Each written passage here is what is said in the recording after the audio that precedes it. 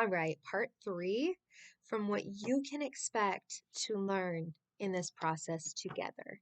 Through the central siren, from giving our desires a voice, from healing the shame, removing the guilt, knowing who we are, and fully just going for it, right?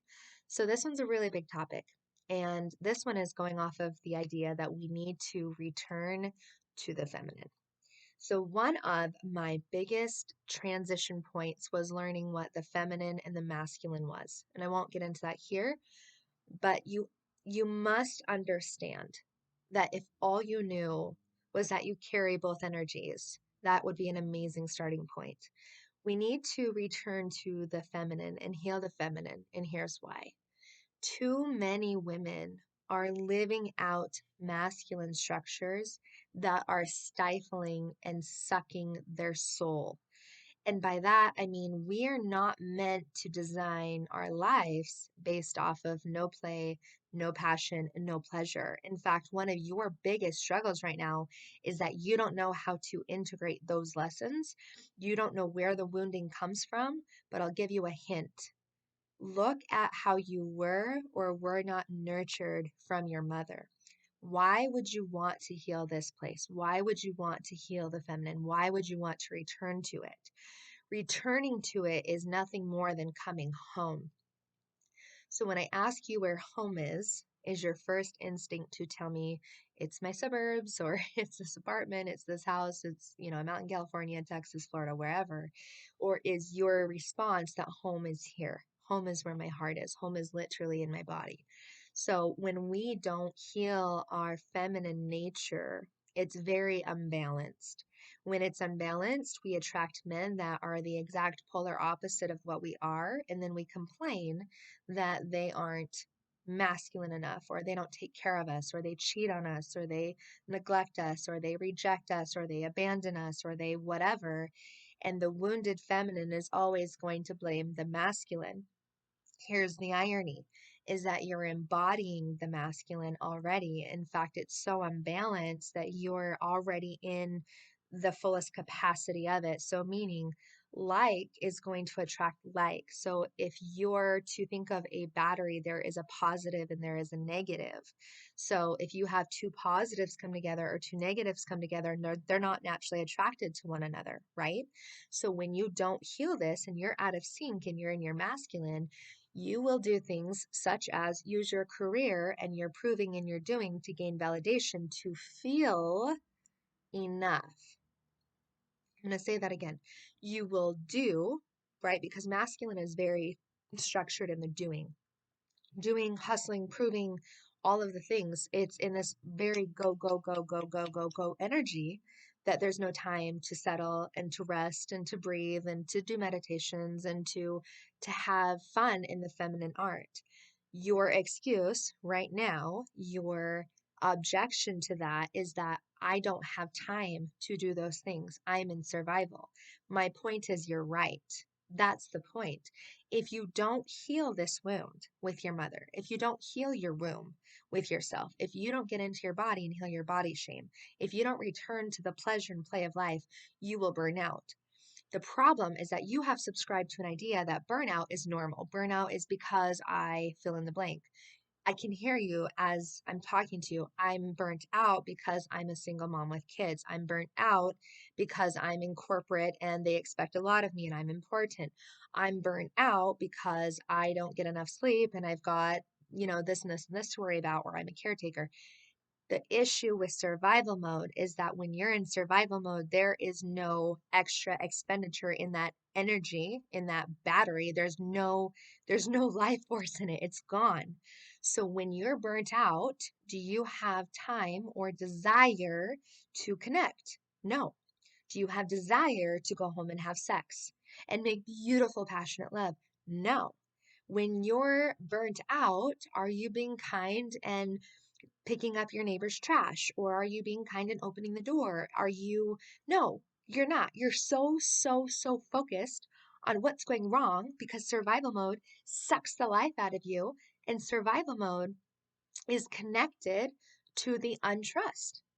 There's no trust in the universe. There's no trust that God's going to take care of us. There's no trust that life can be better tomorrow than it's been. There's no trust that we have control over our lives. There's no trust. It's a lack of connection. So then you seek this validation through people that don't actually belong in your world. You seek it from drugs and from substances that make you feel better temporarily. And I'm not calling you out, but I'm very passionate because I lived this backwards. And when you're in that place of unavailability, then you are going to hold on to everything. And when your body holds on to cortisol and it's in fight or flight or freeze, then you're going to shut down your emotional center. When you shut down your emotional center, what do you think your brain wants to do? Your brain wants to fix it. So then you swing back into masculine and you're like, I'm going to do this, do this, do this, do this, do this, do this, do this, and then I'll feel better. When we can just skip all of that chaos and get really grounded and centered in our feminine energy and be willing to slow down the wheel of time. And how do you create more time if you don't have it? You ask for help. You get so clear on the need that you are desiring change, right? And you admit that you need help. Because the masculine, if it's unbalanced as well, it can be very egotistical in the sense that it wants to prove and it doesn't need help and it has pride. And pride is damaging. Pride is so destructive. So if you're wondering why you don't feel loved, if you're wondering why you don't feel enough, if you're wondering why you feel broken, if you're wondering why success in the career field is really great and your relationships and your personal world suck, it's just because you haven't been shown that there is another way. In fact, there is a way to have it all, and it doesn't require doing more to get more.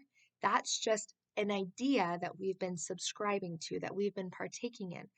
So, what changes in your life when you heal your feminine wound with yourself? What happens when you heal the wound that you had with your mom? What happens when you allow yourself to have more love, more play, more pleasure, more money, more everything from a place of I am worthy? The number one root belief that I believe is that the cause of all of this is the I am not worthy. So I will do and give and self sacrifice to the point of nurturing others that I have nothing to give.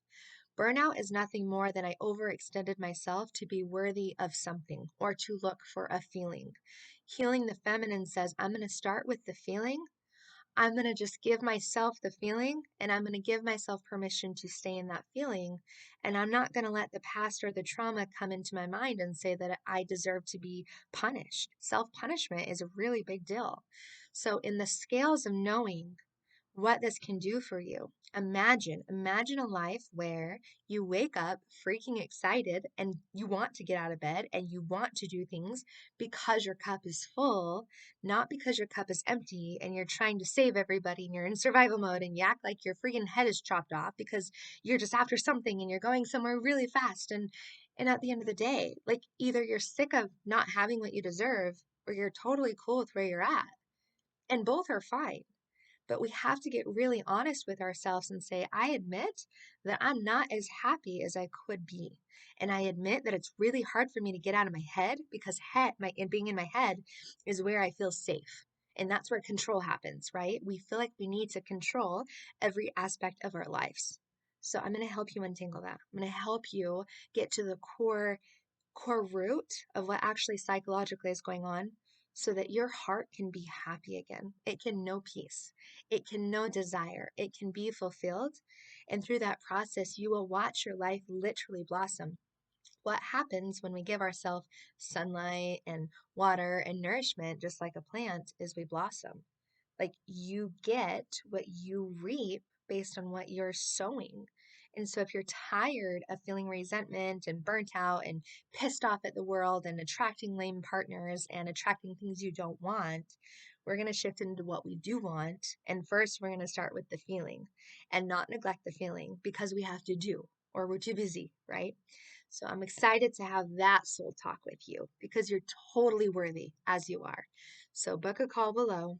It's in the link below. Go ahead and click it, and we'll have a beautiful divine talk on how I can help you work through that.